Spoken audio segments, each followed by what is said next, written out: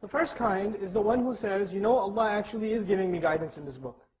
And if I come across some knowledge of this book that is guiding my life in a different direction, I'm going to change myself. I'm going to try to change my life according to the dictates of this guidance. Because you start reciting this Qur'an and learning it and memorizing it and studying it, and you start realizing that this Qur'an is offering a lifestyle that's going this way and your lifestyle is going that way, so you got to start changing some stuff. So the way you speak starts changing.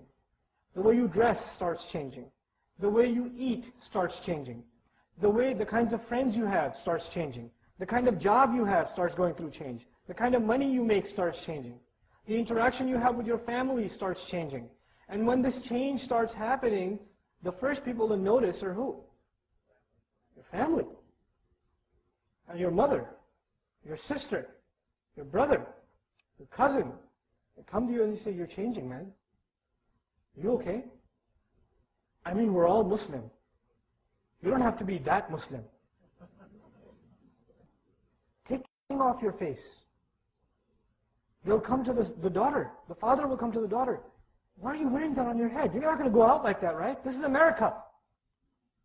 Don't do that. Who's going to marry you looking like that? They're going to take you away, looking at your beard. They will say things like that. Your family. They're not going to say these things to you because they hate you, by the way. You know why they're saying those things? Because they love you. And they're scared for you. They think you're becoming crazy. And that's nothing new.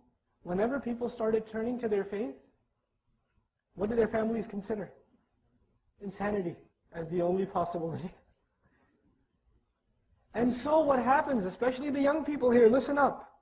When you start turning a little bit religious, a little too religious than the rest of your family, or the parents start turning more religious than their kids, when that happens, then those that are not moving at your pace are waiting, patiently waiting, until you get a C on your test. Until one time you snap at your father. And then they'll turn around and say, is this what your Islam teaches you? It is that all this masjid stuff, that's why you got a C. That's why you failed. So they're waiting for your mistake. To blame what? The religion. And when this is going on, this psychological war that's going on in your home, you walk into your home and it's a war zone. It's a war zone. Your mother, your wife, your husband, your brother, your sister, your cousin, your uncle, whoever they are saying the most hurtful, sarcastic, poisonous things that if anybody else said, you would run them over with your car, but then you have to take it from them because they're your family, and eventually, young man, 18, 19, 20, you're known to be hot-blooded anyway, so what do? You snap. You people are trying to make me follow the forefathers and the culture, and I'm trying to follow the sunnah, and you don't even have the right aqidah. Slammed the door and walked out. It happens. Certainly does. No, it didn't. But I've seen it happen. And even if it did, I wouldn't tell you. So but this happens.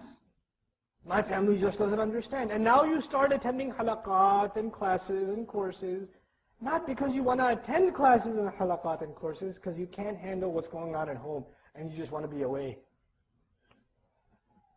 Seriously, check yourself. Check yourself.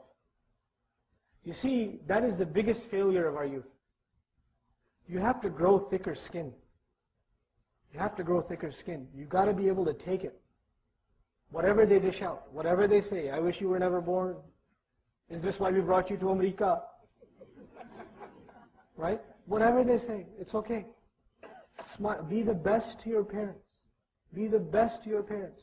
Whatever they're doing, they can't be worse off than the father of Ibrahim alayhi salam, who's manufacturing shirk products for mass distribution.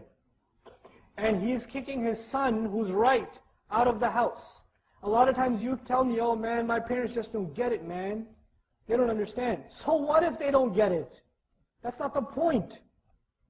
The point is, if you're holding on to this guidance, then you got to have thick skin.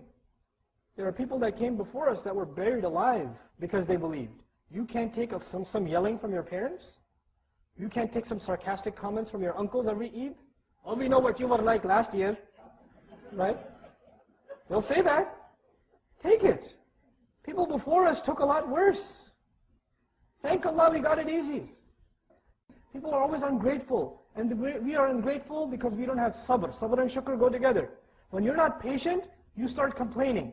And if the fact that you're complaining is a sign that you're not grateful. Allah is giving you these opportunities to grow your personality, to become forbearing. And you know, I give you advice, when you take guidance seriously, especially young man and young woman, and you're having trouble at home, do more at home. Skip the class. Vacuum the house. Get your mom some flowers. Massage her feet.